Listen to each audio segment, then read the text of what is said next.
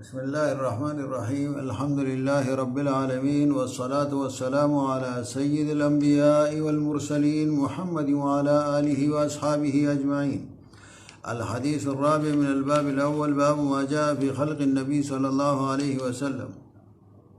وأذكر هذا الحديث بسندي المتصل مني إلى النبي صلى الله عليه وسلم، وأحدثكم بما حدثني شيخي مفتي ولي حسن التنكي رحمه الله عن الشيخ حسين أحمد مدني، عن الشيخ محمود الحسن الديوبندي، عن الشيخ محمد القاسم النانوتوي، عن الشيخ عبد الغني الدهلوي، عن الشيخ محمد إسحاق الدهلوي، عن الشيخ عبد العزيز الدهلوي، عن والده الشيخ ولي الله أحمد بن عبد الرحيم الدهلوي.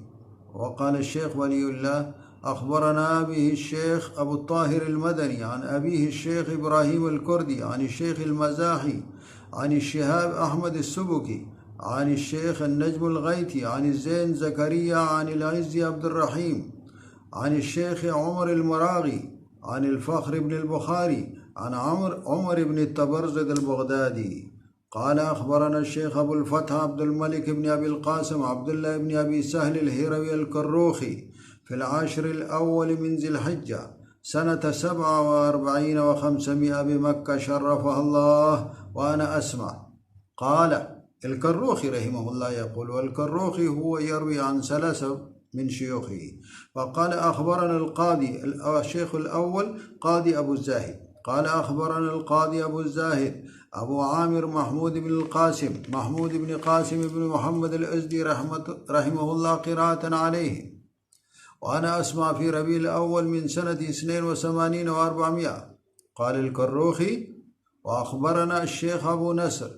الشيخ الثاني من شيوخ الكروخي هو الشيخ أبو النصر عبد العزيز. قال الكروخي: وأخبرنا الشيخ أبو نصر عبد العزيز بن محمد بن علي بن إبراهيم الترياقي، والشيخ أبو بكر، هذا هو الشيخ الثالث شيوخ. الشيخ أبو بكر أحمد بن عبد الصمد بن أبي الفضل بن أبي حامد الغورجي رحمهم الله قراءة عليه وأنا أسمع في ربيع الآخر من سنة 81 و400.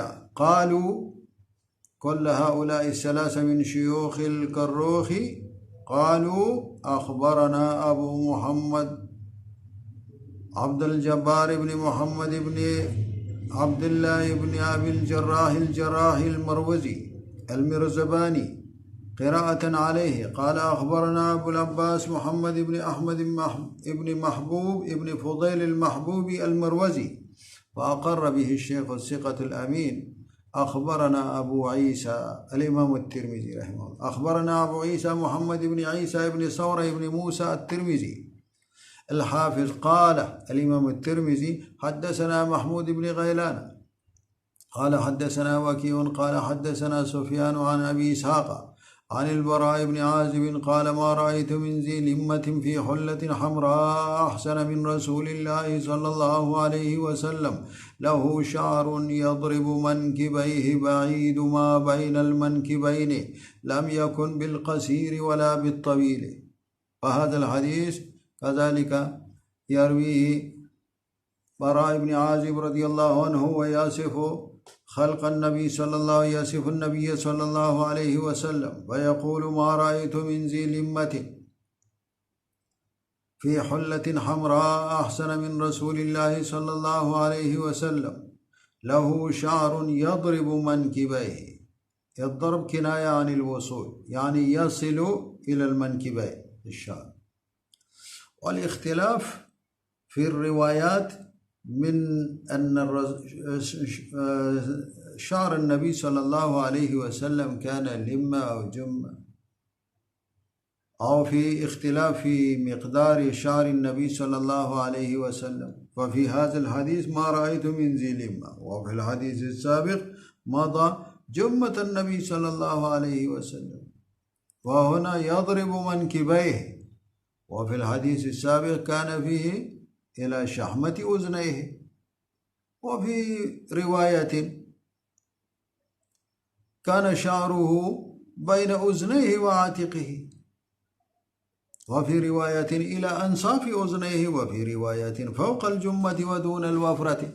وفي رواية في إن انفرقت عقيسته فرق، وإلا فلا يجاوز شعره شحمة أذنيه إذ هو وفر. فهذا الاختلاف في مقدار شعر النبي صلى الله عليه وسلم، ذكر القاضي عياض أن هذا الاختلاف محمول على اختلاف الأوقات والأزمان. معناه يعني الرسول صلى الله عليه وسلم ترك تقصير الشعر أحيانا فبلغ الشعر إلى المنكبين يضرب منكبيه، وإذا قصرها فكانت قصرها إلى الأذن، إلى شحمة أذنيه أو إلى نصف أنساف أذنيه، وكانت تطول وتقصر. والاختلاف هذا بحسب الأوقات والأزمان. فقال ما رأيت أحد، لم يكن أحد أحسن من النبي صلى الله عليه وسلم، من ذي لمة في حلة حمراء أحسن من رسول الله صلى الله عليه وسلم في حلة حمراء. وهكذا كان في الحديث السابق، ففي الرسول صلى الله عليه وسلم لبس حلة حمراء بضم الحاء، ثوبان إزار ورداء.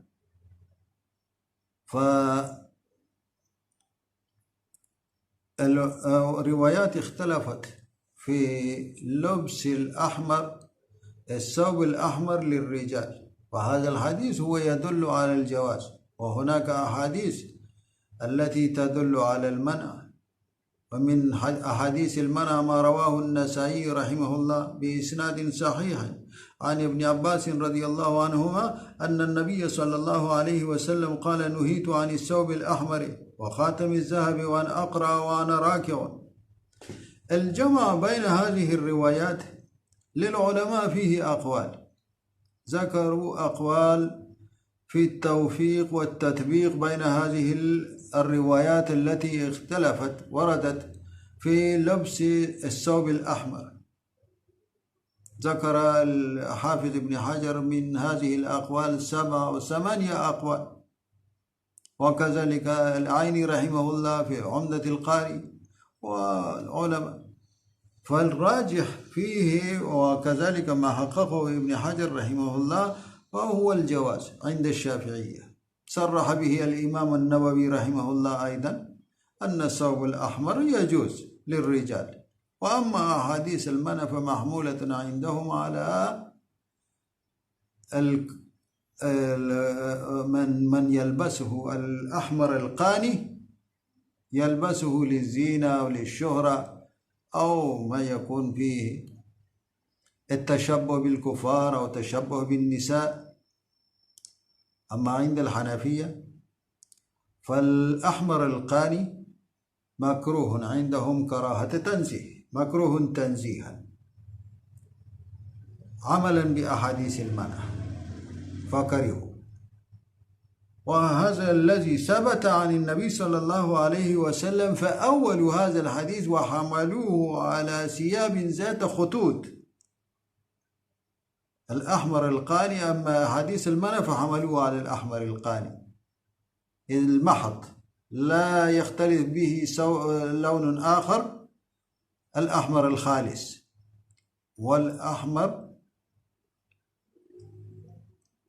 فيه خطوط، فقالوا هو يجوز. وهذا الذي كان ما لبس النبي صلى الله عليه وسلم، فحملوا على برود اليمن التي كانت تستورد تأتي من اليمن وكانت ذات خطوط. فقال في حلة حمراء أحسن من رسول الله صلى الله عليه وسلم، له شعر يضرب منكبيه بعيد ما بين وقد مضى بعيد ما بين. وكذلك كان الاختلاف في النسخ كما كان في الحديث السابق، كذلك في هذا الحديث، وفي نسخة بعيد مكبرا وفي نسخة بعيد ما بين المنكبين بصيغة التصغير. لم يكن بالقصير ولا بالطويل، معتدل القامة، ولم يكن الرسول صلى الله عليه وسلم بالقصير المتردد ولا بالطويل البائن صلى الله عليه وسلم.